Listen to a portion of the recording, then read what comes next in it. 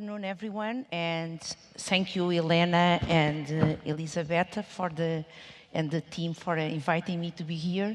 And I hope you enjoyed the musical performance. And when I was in my seat, I was reflecting on some of the key messages from the keynote, and I was thinking about so many touching points between music and systemic changes. And let me give you a couple of examples. Music connects dots in our brains to make us more empathic, more creative, more innovative. Systemic change requires networks, partnerships, and collaboration to thrive.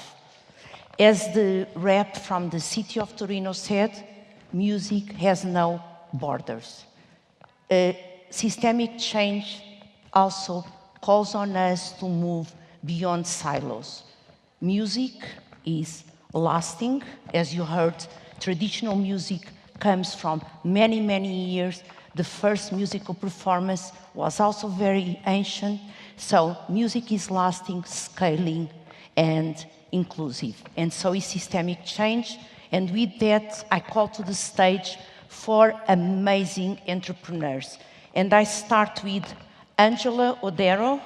She is the co-founder of Riofish Limited from Kenya.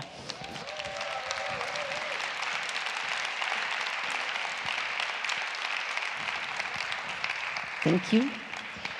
And Boermans, she is the co-founder of Zeefier from the Netherlands.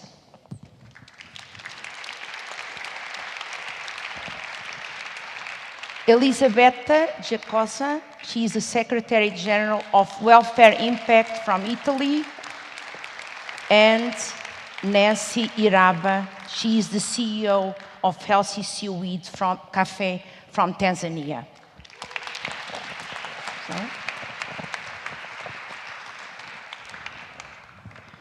So thank you so much for being here.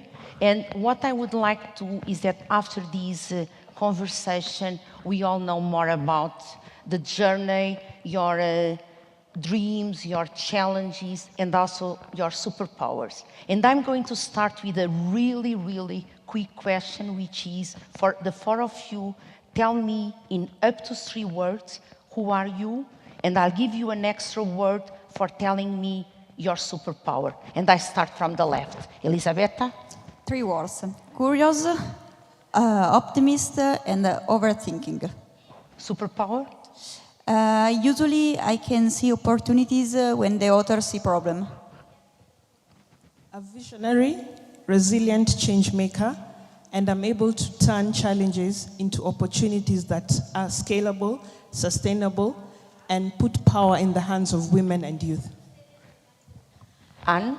For me, it's curiosity, persistence, and Montessori-minded. And my superpower, I think, it's finding blind spots. And for me, is visionary, a seaweed queen, and a leader. And my superpower is my voice. Thank you. So now what I would like is for you to share with us what motivated to start your venture. What was the problem that you wanted to address, and what was the personal motivation for it, and how are you solving it? And I will start by alphabetical order to help the people with the slides. So I will start with Angela. Oh. Thank you. So growing up in Kenya, I did not really get a strong feel of what my local community was going through, because I grew up in Nairobi, far away from my village. And getting, growing up and in my adult years, spending a bit more time in the community made me get curious and interested to know what they are doing. But typing my mom's thesis brought to the fore a problem that was affecting women and youth in my community, which was the wanton sexual exploitation of women by predatory fishermen when they sought fish supply, which really, fish is the main source of livelihood and food for my community. So that made me feel that I needed to do something about it. And with that, I decided to look for ways to put fish in the hands of these women and young people in a way that they do not get exploited. that is what made me, wake up and decide to make a change. But I think when we talked, you also mentioned how you brought men on the picture to make the solution lasting. Can you tell us a little bit more about that? Yeah, so one of the things is that fish supply was in the hands of the men, and they're the ones who had the money, the boats, and were in control of the entire trade. So I knew that regardless of whatever I wanted to do with the women, if I did not bring the men to the table, we were not going to have any difference. So what we did is that we spoke to the men first about what we wanted to do and showed them how they would benefit. And then we asked them, the ones who bought into the idea, to bring their wives and their children to the table. And when we formed groups and they saw that their wives, their daughters, their sisters were able to make money and bring, supplement the income they were bringing, it was more acceptable to them. So in our community, of course, the more money you have, the louder your voice. So it allowed the men to see that the women were helping them. In addition to helping them, that the women were also able to bring ideas that were sustainable, helpful, and were able to, and there was no, one of the things we did was to make sure that the women did not see the men now as a problem, but more of allies. So these were men and women working together as allies to make their lives better, their families better, access to better things than they had before. I love that you use the word allies, because that's something that we'll talk more about later. So Anne, can you share with us? I think you have a short video. I don't know, yeah, maybe. Yeah. It's going to come up. Yes? As sustainability regulations reshape the textile industry, forward-thinking companies need smart solutions to stay ahead. Zeefier offers an innovative alternative, dyes 100% made of seaweed. Industry-ready, Zeefier seaweed dyes offer a scalable and future-proof alternative to take your business to the next level. Our plug-and-play solution lets you seamlessly integrate Zeefier dyes into existing production systems. With no adjustments needed, you can focus on innovation and product development to stay ahead in a fast-changing market. Zeefier dyes are backed by a decade of research, a dedicated team of scientists, entrepreneurs, and a growing supply chain. Our high-quality, biodegradable dyes are free from chemicals and locally sourced from seaweed and its streams. They come in a diverse and vibrant color palette, with industry-standard light fastness, and are suitable for fabrics and yarns like cotton, wool, silk, linen, and viscose. Our mission is to help you color textiles without compromising on performance or quality. With Zeefier dyes, your production becomes cleaner, legislation-proof, and sustainable. Are you ready to lead the industry forward together?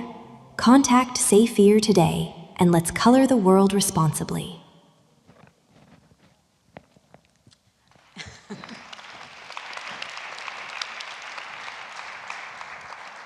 Yeah, thanks. Yeah, I think our journey started, I grew up in a family. My mother was from fashion, so I was surrounded by textiles my whole life, and I was always wondering textiles, but I forgot one thing. I think Otto was also mentioning it. It's the moment you become aware of something, and that was that I never questioned the color of my clothes and my textiles. And as we know, as I know now, is that the pollution is within the color. And we're wearing it all day, we're sitting on it, we're using it all day long. And when you change that within the system, you can make a huge difference. Yeah. Thank you. So, Elisabetta? Yeah, I don't know if there are the slide or... it's not a problem. Yes, there is. Okay, There no are, problem. so. Our foundation works to fighting the digital divide in the north of Italy, especially here in Piedmont. And it's easy. If people doesn't know how use the digital tools, they doesn't know use the public service online, for sure. And it's for that why in 2 years about our project, we reach 30,000 people around this zone, this blue zone, thanks at the works about our teams, our foundation. This is all the name by our digital angels. And we have a physical office for totally free for the people, especially the vulnerable people in the city. But also we do many activities like lessons, talks, open class about the digital wars. In the other slide, there are some photos about our activities. For example, lessons for the immigrant woman about the application school in Italy, or also for a young adult in around, I think, the digital security. And in our teams, this is our secret. We have a Super Mario. So this is a little thing because our person are a little superheroes around the digitals and help the people to change their skills about that. Thank you. Nancy? Thank you. So for me, my motivation begins 5 years ago. I'm a marine scientist by profession, but during COVID, I was doing a research on the effects of climate change on seaweed. As you can see from the photo, that is me 5 years ago. And what I saw in the field was more beyond seaweed. I saw hundreds of women working in the ocean cultivating this plant, but they had no markets to take the seaweed. And I was wondering, where are the true markets when the women have finished to farm their seaweed? Only to realize that actually Tanzania is the first largest producer of seaweed in Africa, but 99% of seaweed was being used for export markets. And the women were being controlled by the middlemen. And apart from that, there was little to no value addition that was happening in the country. So that's how Healthy Seaweed Cafe came about, whereby we got an idea of creating a company that for value addition for food, where currently we are producing a food line made out of seaweed, a total of 13 products line that are certified, but also we have partnered with over 300 women farmers, whereby we are offering fair markets. We are buying a kilo of seaweed 2 to 4 times higher prices, but also we are offering skills in regenerative seaweed farming and also connecting them to premium markets, because our products can be found in over 67 stores across Tanzania, major cities. But also, yes, we have an industry in Tanzania where we have employed a total of 25 employees. 85% of them is youth and women. So we are into creating jobs, but also creating women to market, but also ensuring that we are creating foods out of seaweed that are nutritious to the general public. Thank you. So now I think we have a context for what these completely different 4 ventures, both of them share something. They are all amazing, trying to solve a problem, and in common we have 2 working with seaweeds, which is also very, very cool. And so now I would like to shift the conversation to systemic change and to really understand more how you go from individual impact to create systemic change. And I would start with you, Nancy. You address a specific challenge. And how do you see that challenge fitting into the wider system around it? Education, finance, health. Can you tell us more about it? Yeah, definitely. So one of the things which I realized early on when I was entering into the business, that we can't work in silos, because as we were empowering the women seaweed farmers, we saw the transition in terms of their income. Before our intervention, they were earning about less than $30 average in a month.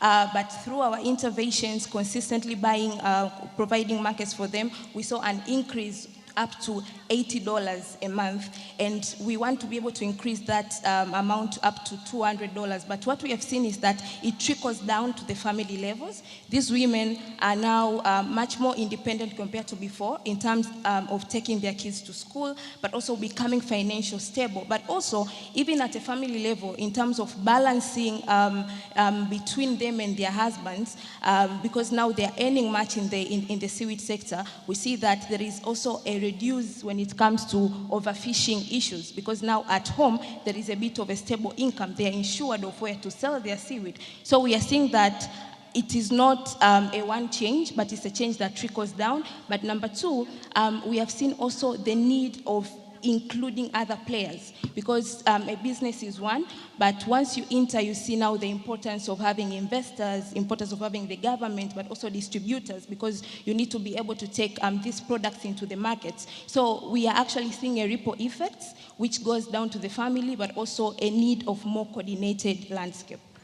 Let me just ask you a follow-up question, which is, you focused on the supply side, the production, creating a job opportunity, more income. What about changing the behavior of people and accepting seaweed as something to eat, you know, which is one of the most nutritious food stuff that you can get, and you know it's very environmentally sustainable. How are people reacting to this? Are these families eating the seaweed, the ones that are producing it? Thank you so much. Yeah, that's a good question. So before founding the company, we did a research. We mapped 20 villages in Zanzibar to see how they're associating with seaweed.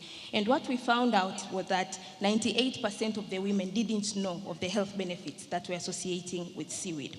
And also they were not consuming seaweed, but most of the tourists that were coming to Zanzibar, they would buy a juice that was mixed with seaweed powder at higher price.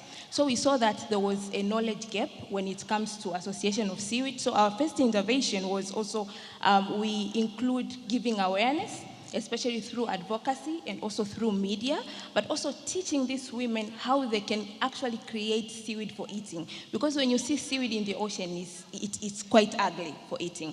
But for us, we have been able to enter into R&D and also create product lines in a low cost, in a way that we are also teaching these women in a way to make seaweed gels in a way that they can mix in their juices, in a way they can mix in their salads. And for the women whom we are working with, we are seeing that change in behavior. And just for you, the Seaweed Cafe, they have a website so you can order online. So Anne, my next question is for you. And when you, there's 4 mics. I was stealing one, so, because I forgot I had this one, you know. So when you think about systemic change, what does it mean in the context of your industry, your sector, your community? It means a lot because we have to rethink colors. That starts first. That's the industry, but also the consumer.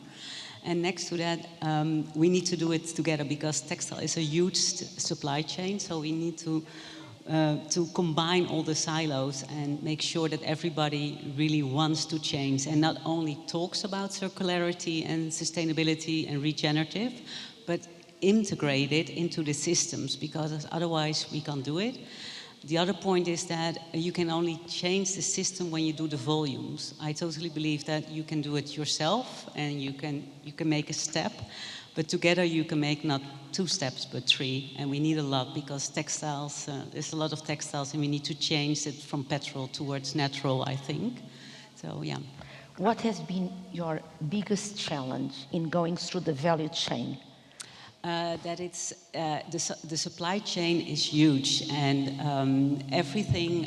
The margins are at the end of the textiles, and the pollution is in the middle by the finishers and the dyeing part. Yeah, and that textiles is moving out of Europe, and that's going extremely hard because of how the industry and how the economics are doing. So we'll talk more later about the allies. I hope we have time. So, Angela, when you solved your first problem, which was the sexual violence, where did you see ripple effects elsewhere in the system? Where were they? So, with the sexual violence, as disgusting as it is, these women were getting involved because they didn't really have a choice.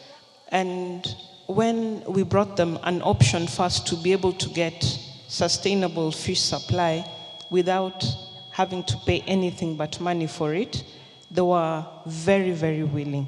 But some of the things we saw that they were afraid of how the men would react, what they would say. And I realized that some, much as they wanted to join us, there was that fear of how their husbands or their fathers would behave. But when there was this realization that, first of all, we invited the men to join the groups. So the groups are not all women, 100% women. So let's start with the fact that fish farming is very capital intensive. So I don't expect 1 or 2 women to come together in a rural community and own a fish cage or a fish pond.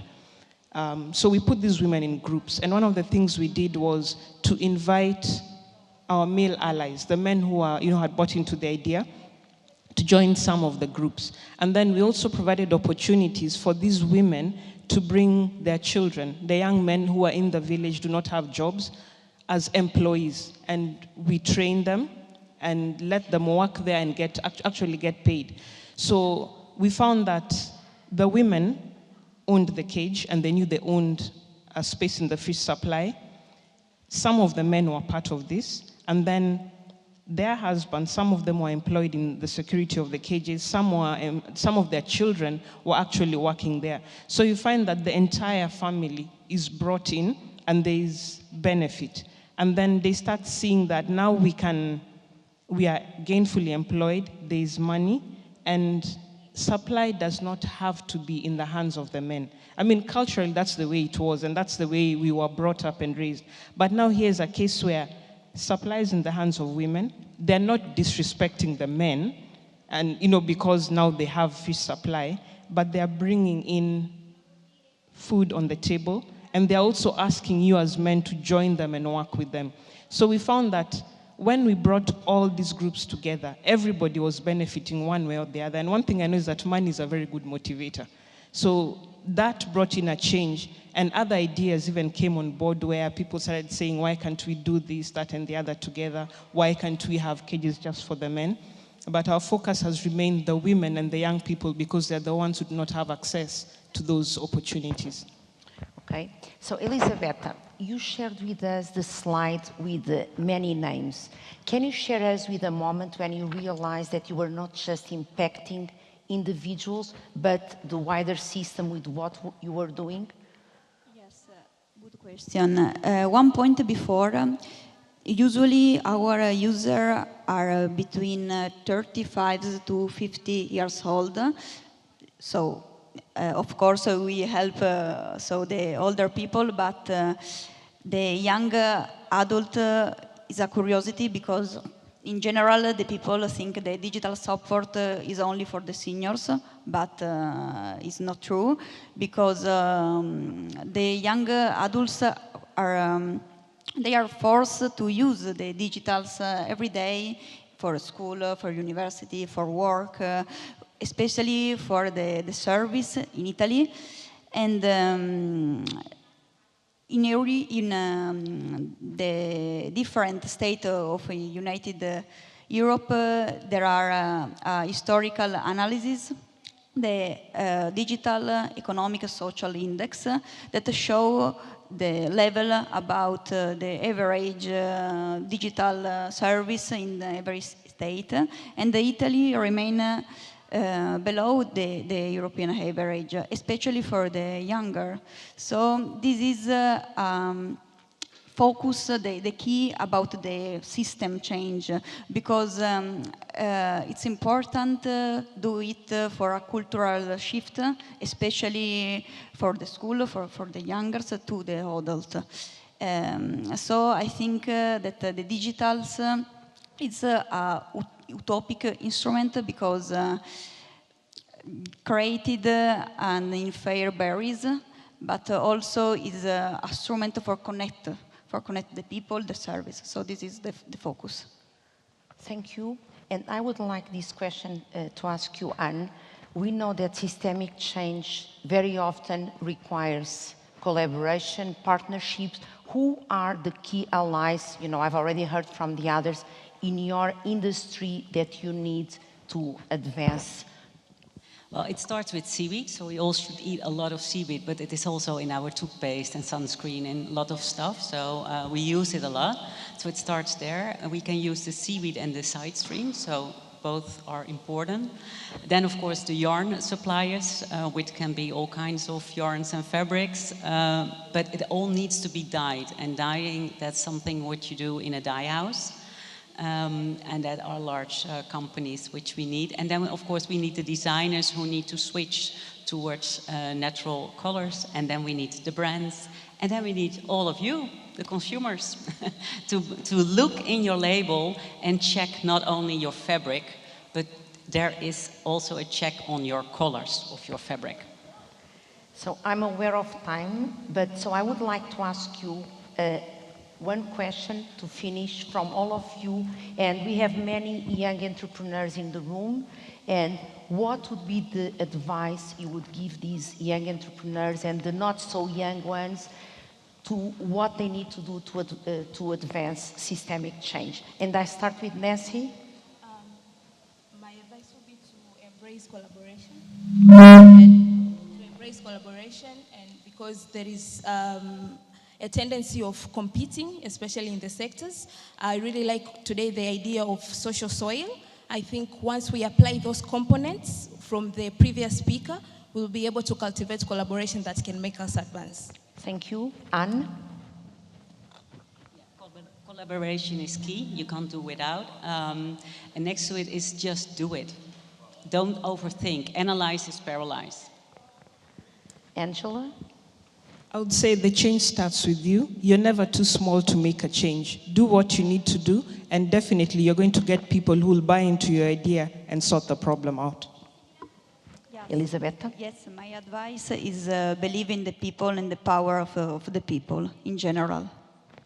Thank you. So I hope you join me in a round of applause for all the 4 amazing solutions. And that you leave with this thought, you know, they all mention collaboration.